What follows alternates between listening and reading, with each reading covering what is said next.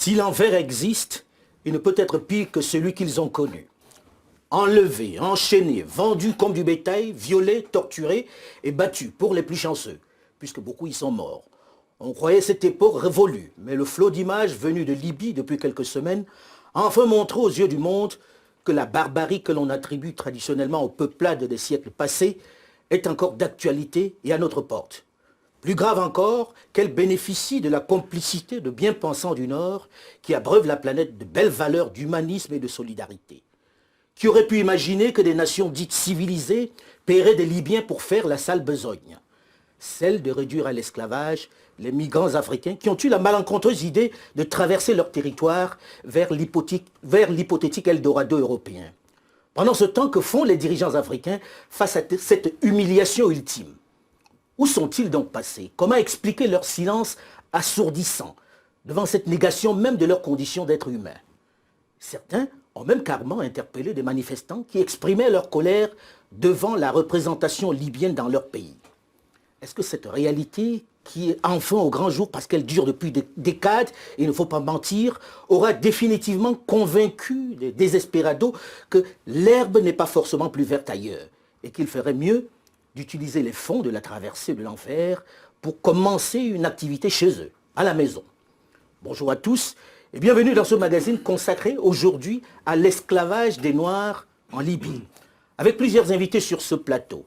D'abord, maître Kenneth Felio, avocat au barreau de Bruxelles. Il s'est illustré ces dernières années dans les questions de la réparation et l'esclavage. Il était également avocat dans l'affaire Taubira lorsqu'elle a été comparée à un singe. Bonjour, maître Kenneth. Bonjour. Merci d'être là. Notre second invité est Thierry Alafort du Verger. Il est le directeur général de Médecins sans frontières qui a travaillé sur place en Libye sur cette question des migrants pendant assez longtemps. Médecins sans frontières. Bonjour, monsieur Alafort du Verger. Bonjour. Et merci d'être là. Troisième invité de ce plateau, connu de tous, Claudie Siard, producteur délégué à RFI, qui présente le magazine Couleurs tropicales tous les jours à 16h10 et 0h10, temps universel en Afrique, et 21h10 à Paris et dans le reste du monde. Il est également le porte-parole du collectif contre l'esclavage et les camps de concentration en Libye, le CECCL. Son indignation sur les réseaux sociaux a été l'un des points de départ de la manifestation qui a réuni le plus grand nombre d'Africains dans notre pays, ici en France. Je dois préciser que Claudie Siard est aussi vice-président du CREFOM, le Conseil représentatif des Français d'Outre-mer. Bonjour Claudie. Bonjour. Et merci d'être là. Merci. Je dois quand même dire aux auditeurs que tu as été en retard aujourd'hui sur ce plateau. Notre dernier invité, pas des moindres. Parce que très demandé. Mais Jackie Moifo, journaliste. Jackie Moifo est le créateur d'une télévision JMTV+, tout à fait. Voilà, qui est sur le web. Qui est sur le web pour le moment et qui va bientôt grimper grâce à vos deux aides. Bon. Faites déjà sa promo. Non, ouais. Je dois dire aussi que vous êtes sur ce plateau parce que vous avez un frère qui lui aussi a disparu en Libye depuis quelque temps. Ça fait 1 an, on n'a pas de nouvelles de lui. Félix. Effectivement, Félix Dzenet est mon dernier petit frère, dernier de ma fratrie, qui depuis 1 an a disparu du Cameroun. Et voici 6 mois qu'on n'a pas du tout de nouvelles. Mais aux dernières nouvelles, il était en Libye. Il était en Libye, oui. La dernière fois qu'on a eu de ces nouvelles, il était en Libye. Et qu'est-ce qu'on vous demandait, très concrètement? On a demandé une rançon. Il se dit que la famille a envoyé de l'argent. Moi, pas, car je voulais savoir à qui adresser de l'argent. Et je n'ai jamais eu de coordonnées. Par la suite, plus de nouvelles, silence total. Silence total depuis. En tout cas, le silence, on commence à le lever, Claudie, puisque tu fais partie de ceux qui se sont indignés rapidement après ce qu'on a vu sur CNN. Comment, d'après toi, expliquer que l'on se soit tué pendant si longtemps? On savait que cela existait.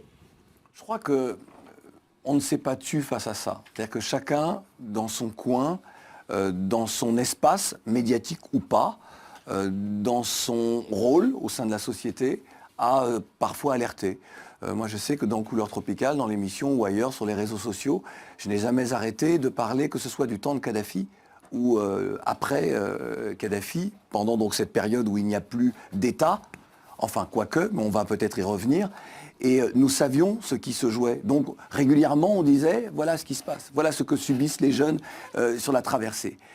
Et moi je me suis mis très en colère, après le 3 février 2017, moment où l'Union européenne, après négociation avec la Libye, a décidé une rallonge budgétaire de plus de 200 millions d'euros, afin d'enrayer la migration de nos jeunes. On a chargé un pays sans État de s'occuper d'empêcher que les gens arrivent en Europe. Sauf qu'aujourd'hui, on nous dit la Libye, ce n'est pas un État. On ne sait pas qui entre Al-Sarraj ou Haftar. Sauf qu'on a bien payé. On a bien payé l'argent à quelqu'un. Exactement. Donc, lorsque l'Union européenne aujourd'hui, quelques responsables disent mais ce n'est plus un État, vous avez donné de l'argent à quelqu'un, sauf si vous avez délibérément donné l'argent à des milices ou à des bandes armées. Et donc là, vous saviez déjà auparavant ce que subissaient les Noirs, les Africains en tout cas d'Afrique subsaharienne en Libye. Et donc là, en donnant cet argent-là, en donnant un permis de tuer, vous vous rendez donc complice de crimes contre l'humanité. C'est ce que je dis dans ma vidéo. Moi, ça a été une vidéo d'indignation le mercredi lorsque je l'ai vue. Qui a été très poignante. Là, je me retourne vers celui qui représente Médecins sans frontières ici. L'organe travaille depuis un certain temps sur ce sujet-là, non? Comment ça se fait qu'on n'en ait pas parlé jusque-là? Sur ce sujet, oui. En Libye, depuis 2011, où au départ on a essayé d'apporter des secours auprès des populations pendant le conflit. Depuis plus d'1 an, on travaille dans des centres de rétention à Tripoli. On travaille aussi dans des centres de rétention de détention à Misrata. Et je viendrai après sur notre action sur Beni Walid. Donc, est-ce qu'on n'en a pas parlé? Si, on en a parlé aujourd'hui. Comment Médecins sans frontières peut dire on en a parlé, ça n'a pas eu de retentissement? Justement, la question va être où en est-on de l'hypocrisie? Aujourd'hui, qui me dira qu'aucun de nos gouvernements ne savait pas? Ils savaient. Il y a encore le premier rapport dont je me souviens, ça doit être la FIDH en 2012. Puis même les Nations Unies en 2014. Nous, on a dénoncé, on a fait une lettre ouverte à l'Union européenne dernièrement. Est-ce que ça a eu un effet? Bravo, les images choquent, le buzz. Très bien. Demain, l'action. L'indignation, et bravo, hein, une vraie indignation. On va parler d'indignation dans la seconde partie, de l'action. On va parler de la suite dans la deuxième partie de ce magazine. Mais j'ai envie qu'on plante quand même le décor. On a l'un des plus grands organismes qui a été sur tous les terrains de conflit, qui est considéré avec la Croix-Rouge comme ceux à qui on peut faire confiance.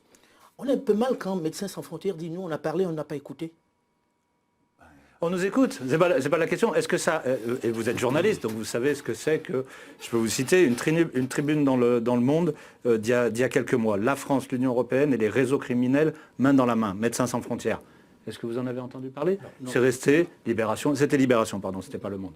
Libération, Le Monde. On a fait une lettre ouverte à l'Union européenne. Est-ce que vous en avez entendu parler? Donc, on nous a entendus à bas bruit. On n'a pas voulu entendre. On n'a pas voulu entendre. Les gens savent, les gouvernements savent, les personnes initiées, en tous les cas, connaissent cette problématique depuis très longtemps. Aujourd'hui, on l'a vu en images. Elle révolte. Mais ceci, beaucoup de gens étaient au courant. Beaucoup de gens étaient au courant, mais n'ont pas voulu réagir. Est-ce que vous en avez vu qui revenaient de ce camp-là? Et que disaient ces personnes qui arrivaient de cet enfer, de cet esclavage?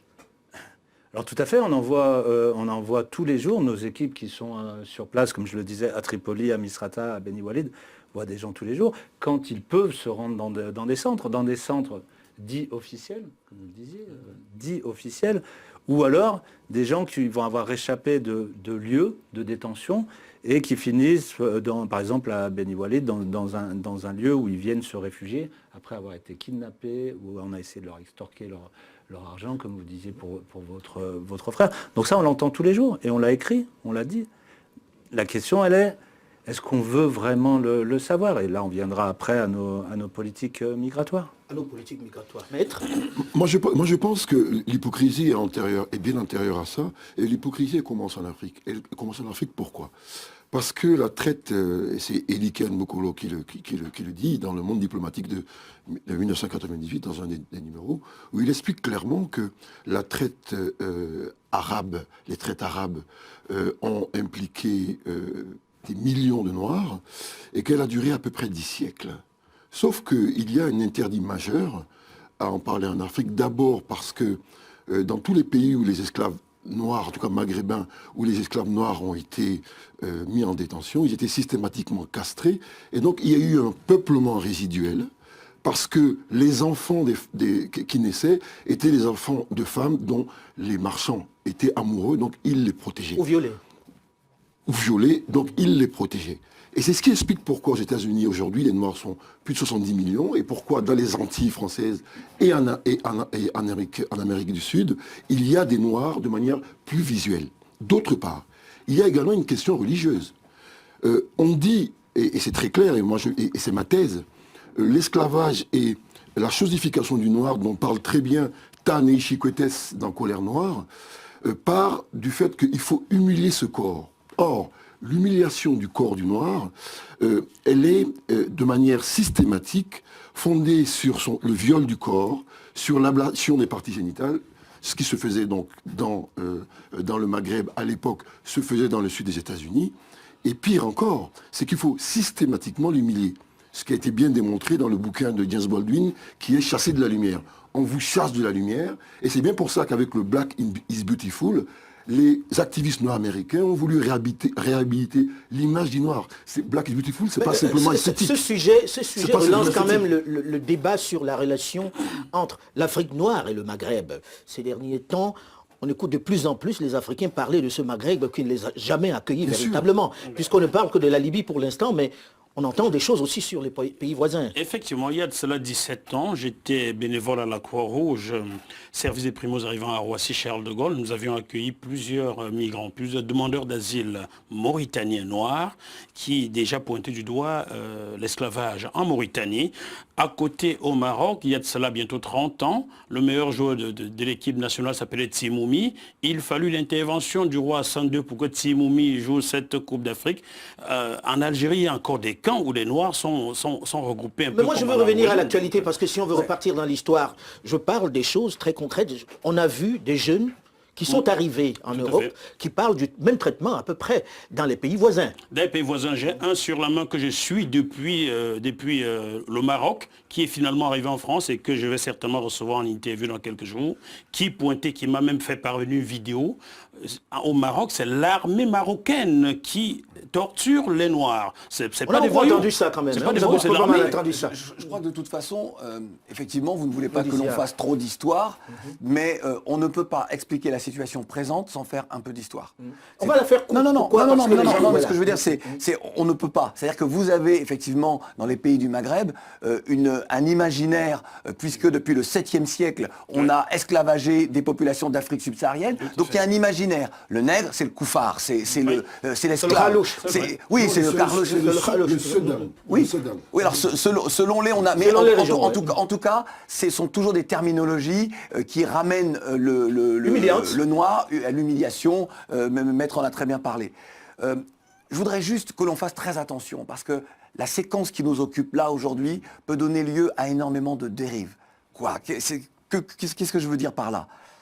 Le racisme, la colère légitime de certains peut dériver vers un racisme, c'est-à-dire de noirs envers les arabes, de noirs envers les blancs, et ce n'est évidemment pas... C'est la chose à éviter à tout prix. C'est la chose à éviter en disant, moi je le dis, même s'il y a sur 100% de la population libyenne, même s'il y a 99% de racistes, il y a toujours 1% qui ne l'est pas pour dire que tous les Libyens ne sont pas racistes. Tous les gens du Maghreb ne sont pas racistes. Et puis, cet esclavage-là que nous dénonçons, puisque nous sommes dans cet épisode libyen, allons jusqu'au bout des choses. Parce que l'esclavage existe encore aussi en Afrique subsaharienne. Et nous, dans le collectif, désormais, nous irons beaucoup plus loin. Et nous irons jusqu'à dénoncer ce qui est inacceptable aujourd'hui dans les plantations de cacao en Côte d'Ivoire ou ailleurs. On va en parler, mais j'avais envie que nous fassions le tour de ces régions où il y a quand même encore cet esclavage-là. Oui. Puisque, mais quelle que soit la forme que prend l'esclavage, absolument. C'est de l'esclavage. Ce qui vient de se passer a donné l'opportunité de parler aussi de ce qui se passe dans les pays du Golfe. Oui, tout à fait. Au Liban. Au Liban. Lorsqu'au Liban, au Liban, il y a beaucoup d'images qui circulent sur ces filles-là, sur ces bonnes que l'on ramène là-bas, qui sont violées systématiquement, que ce soit au Liban ou en Arabie Saoudite. En Arabie Saoudite, tout à fait. Dans l'indifférence totale. J'ai vu une d'entre elles qui était brûlée avec un briquet. J'ai vu une autre dont le monsieur lui mettait les coups des pieds dans le bas-ventre, en pleine rue, et personne pour la secourir. Elle a beaucoup circulé cette image-là. Effectivement. Et on en connaît quelques-unes en Afrique qui sont revenues du Liban totalement détruites ou d'Arabie Saoudite. Alors moi j'ai envie que nous avancions un peu là-dessus. C'est qu'on a entendu la population se mobilisait, les Africains se mobilisaient pour une fois. Ouais. Mais le plus important n'est-il pas, d'abord, de savoir pourquoi, d'abord les autorités européennes, ouais. Ensuite les autorités africaines n'ont pas réagi. Comment expliquer le silence des dirigeants africains qui commencent timidement à réagir et à aller chercher quelques ressortissants? Moi, j'aimerais répondre là-dessus, si Claudie permet. Oui. Ils sont prompts à devenir tous des charlots à Paris lorsqu'il y a 4 morts. Je ne vais pas ici vanter ceux-là qui sont morts. Non, c'est triste. Mais les dirigeants africains, j'ai l'impression qu'ils ne sont pas africains dans leur tête. Ils dirigent l'Afrique, mais ils sont occidentaux. Ils ne s'occupent pas du tout de leur population. Ça ne leur dit absolument rien. Vous avez souvent vu des catastrophes en Afrique, au Cameroun, au Gabon ou ailleurs. Avez-vous vu un seul président africain voisin aller y verser une larme? Est-ce que vous avez vu un président africain aller verser une larme lorsqu'il y a eu la catastrophe des Eka ou lorsqu'il y a eu une autre catastrophe dans un autre pays? La catastrophe des Eka étant le train qui s'est effondré, qui a déraillé. Avez-vous vu Ali Bongo aller verser une larme là-bas? Non. Ou Yahi Boni? Non. Ils sont tous venus être des charlots à Paris. Mais c'est Achille. Charlie. Il faut quand même dire Charlie. C'est Achille Mbembe qui, dans ses ouvrages, pointe du doigt le fait que nos chefs d'État sont finalement des proconsuls. Et d'ailleurs, des gouverneurs noirs. Des gouverneurs noirs. Dans la critique de la raison nègre, il appelle bien donc tous ceux qui vont vers les pays maghrébins pour venir en Europe, il les appelle les sans-parts, les sans-droits, en fait. Ces jeunes-là qui quittent des pays... Nous, on a eu quelque chose d'assez important parce que je travaille avec Claudie sur la question d'un migrant qui est arrivé donc de Libye. Il dit quelque chose, c'est presque incroyable. Il dit « J'ai quitté les vertes vallées du Cameroun et j'ai commencé par regretter lorsqu'au Niger, je vois une chèvre manger du plastique. » Donc, il comprend très rapidement qu'il sort d'une forme de paradis pour aller vers un enfer. Mais l'Afrique n'est pas un paradis. Pourquoi? Parce qu'il y a un ouvrage qui s'appelle « Le cercle des tropiques » que j'ai étudié quand j'étais en terminale. Où on parle du cercle parce que c'est une rondeur, parce qu'on ne sort pas du cercle. Pourquoi? Parce qu'on est dans une saisonnalité, on est dans la permanence du drame, on est dans la permanence du silence, on est dans la permanence du non-espoir. Attention, c'est du Sarkozy, là. Non. L'homme africain... Pas du tout. Non. Et ces jeunes-là, et cette jeunesse-là qui est de plus nombreux... Pour quelqu'un qui a travaillé avec Sarkozy... Oui, j'ai pas travaillé avec Sarkozy. Non. J'ai été délégué interministériel. Non, mais je dois laisser même être... Très sérieusement, ces jeunes-là, ce sont des existentialistes au sens camusien. Ils veulent vivre leur vie. Ils veulent vivre leur vie parce qu'on ne leur donne pas d'espoir. Mais ma question était celle de ces dirigeants qui ne réagissent pas. Et après, je terminerai après... Sur Sarkozy. Comme on le disait, c'est connu. Et là, maintenant, c'est fortement publicisé et tant mieux. La réaction des dirigeants, en tous les cas de l'Union européenne, aujourd'hui et de la France, et on les entend aujourd'hui, mais auparavant... On les entend aujourd'hui, mais on les entend très timidement. Et on les entend timidement. La question, elle est, qu'est-ce qu'on va faire? Parce que... Et pourquoi on ne faisait pas... Qu'est-ce qu'on va faire dans la seconde partie? Parce que ce sera consacré à cela.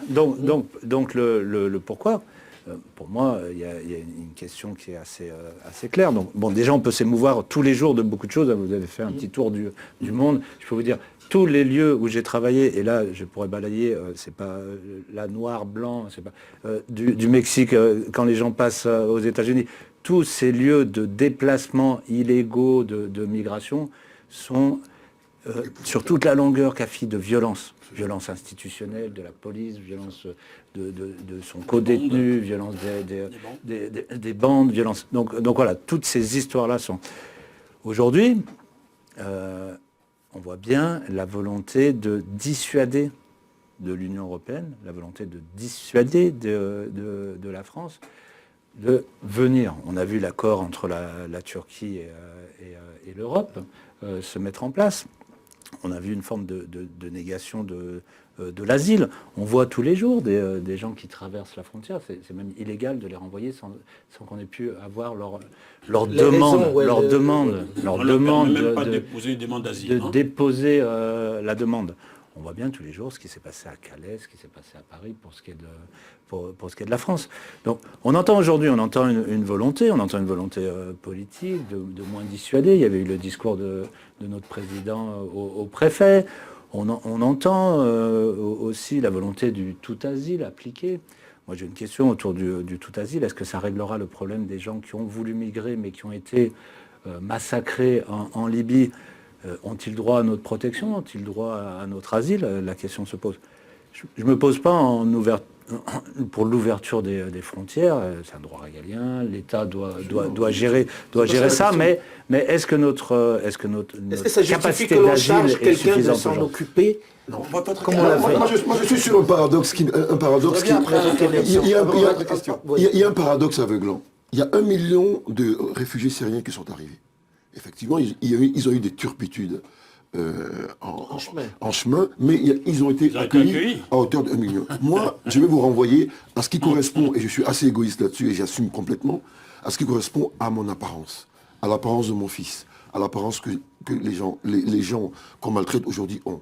La négrophobie existe, c'est un racisme particulier.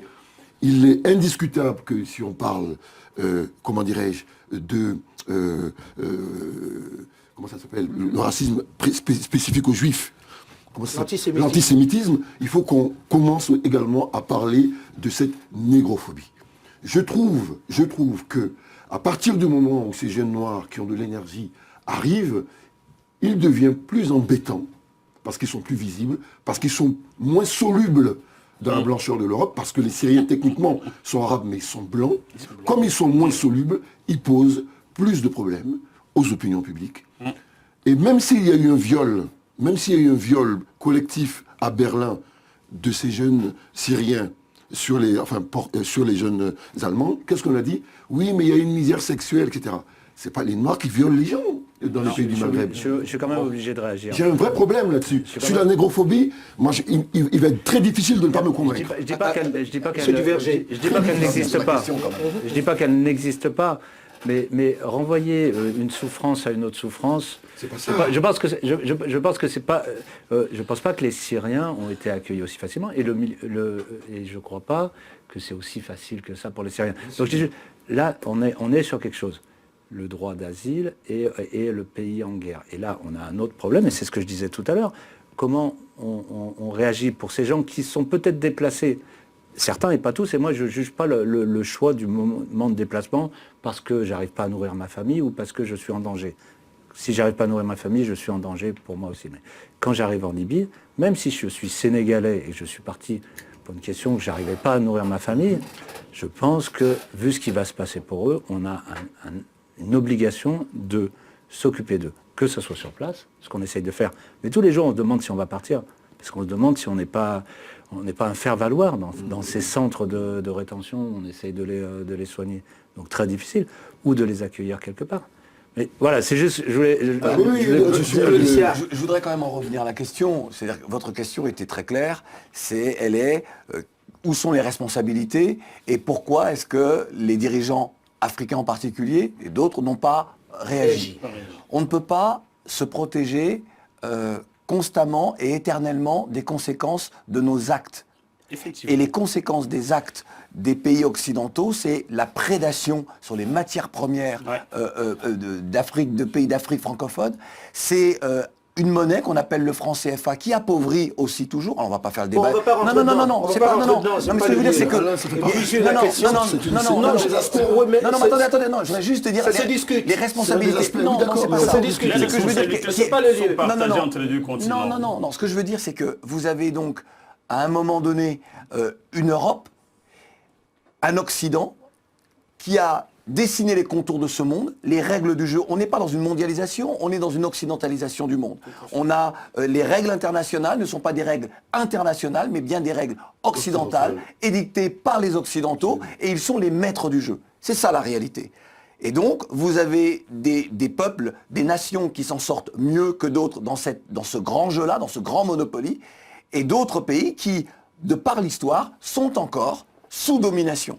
Et c'est le cas de nos pays d'Afrique. Et donc, vous avez des jeunes qui partent, et vous avez des dirigeants dans ces pays-là, ils savent qu'ils n'ont pas les moyens. Non, attendez, parce que c'est vrai que dans ma vidéo, j'ai tapé sur eux, juste sur ces dirigeants, parce que je trouve que depuis trop longtemps, ils ne font rien pour cette jeunesse. Mais ce sont des gens qui sont, on parlait de proconsuls, et c'est vrai que vous avez des gens qui sont à la tête des États, et ils savent que leur marge de manœuvre est très faible en réalité. Mais plutôt que d'utiliser, de dire à leur population, voilà ce que nous ne pouvons pas faire.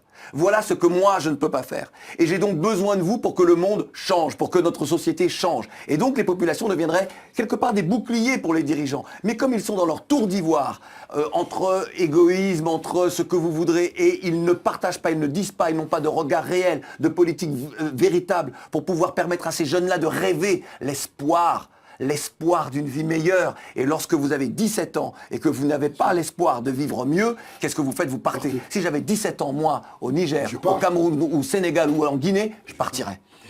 Souvenez-vous cette chanson de Goldman qui n'a choqué personne, ça a été un grand tube en France, là-bas.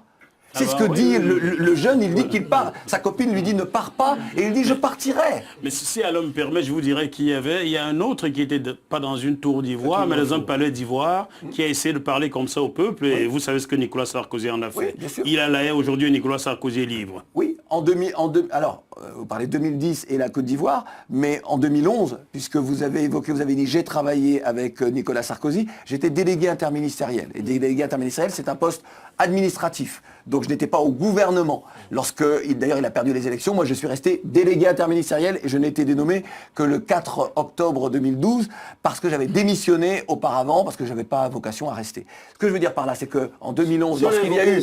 Non, c'est pour parler de Kadhafi. Je dois préciser que si on a évoqué Nicolas Sarkozy, oui, c'est en raison de sa responsabilité. C'est ce que j'allais dire. Mais c'est ce que j'allais dire. Nicolas Sarkozy qui court toujours. C'est ce que j'allais dire. En 2011, et j'ai donc dénoncé ce qui venait de se jouer, c'est-à-dire cette expédition punitive contre la Libye de Kadhafi. Alors certains maintenant parlent de guerre. Sauf qu'il y a des règles en France. Lorsque vous menez une guerre, vous êtes obligé d'avoir l'approbation du Parlement. Et cette guerre-là n'a pas fait l'objet de l'approbation du Parlement. Aujourd'hui, sur des mensonges. Exactement. Jacques Moifo, rapidement. Personne n'a inquiété Nicolas Sarkozy sur ses faits en France. Un rapport du Parlement... Pas pour l'instant. Pas pour l'instant, mais il ne se passe rien, vous savez tous comme moi. Un rapport du Parlement britannique pointe clairement, sorti ces jours-ci, pointe clairement la responsabilité et la duperie de Nicolas Sarkozy. Mais nous sommes dans un pays dit des droits de l'homme quand même, mais de l'Angleterre, de l'OTAN, parce que... Mais Nicolas Sarkozy en premier. Barack Obama aussi. Qu'est-ce qu'on attend en France pour demander à ce monsieur de s'expliquer? Qu'est-ce que la justice française attend? Alors moi, je suis assez amusé parce que je me souviens d'avoir entendu un ami qui s'appelle Nimrod, un écrivain tchadien, poète tchadien, qui disait « Nous sommes la chose des Blancs ». Et ça m'avait amusé, en même temps attristé. Mais en même temps, à chaque fois qu'il y a eu des invasions en Afrique, ça a été sur une base juridique. La première injonction juridique d'envahissement de l'Afrique vient d'une bulle papale du 8 janvier 1455.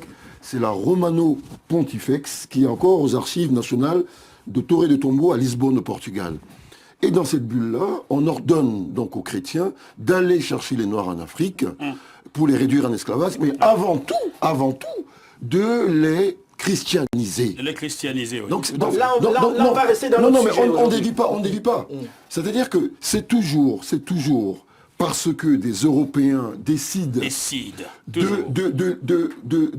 d'abattre des gouvernements, de modifier la géopolitique, qu'il y a des conséquences. Et les frontières. Et d'assassiner. 1455, 2017, on y est encore. Donc il y a un problème. Et donc pour revenir au sujet, vous avez quand même, donc on parlait de 7e siècle, la traite négrière arabo-musulmane, un peu plus tard la déportation des Africains vers les Amériques, et donc vous avez là en 2017 eh bien l'union L'histoire des du deux, béguet, voilà. des deux grands esclavagistes Ouais. des peuples d'Afrique subsaharienne qui trouvent un deal plutôt trouvent un sympathique deal. Mais- non, pour mais- enrayer non, mais le truc. Je le dis Faire douce. je le dis avec un sourire un peu Ce crispé. qui est magnifique, en fait, c'est que le Maghrébin va se plaindre du racisme en France. En France. Et il m'appelait cousin. en Non, plus. c'est pas la question. Mais il sait pertinemment que dans son espace, la négrophobie est à son sommet. Ils sont sauvés. Est-ce qu'il est légitime pour le faire? On va en parler dans la seconde partie de ce magazine, puisque nous arrivons au terme de cette première partie. On évoquera les solutions. Puisque maintenant, on a planté le décor. Comment on en sort? Parce qu'une chose est de s'indigner, une autre est d'arranger et d'en sortir. Restez à l'écoute, et on se retrouve très rapidement.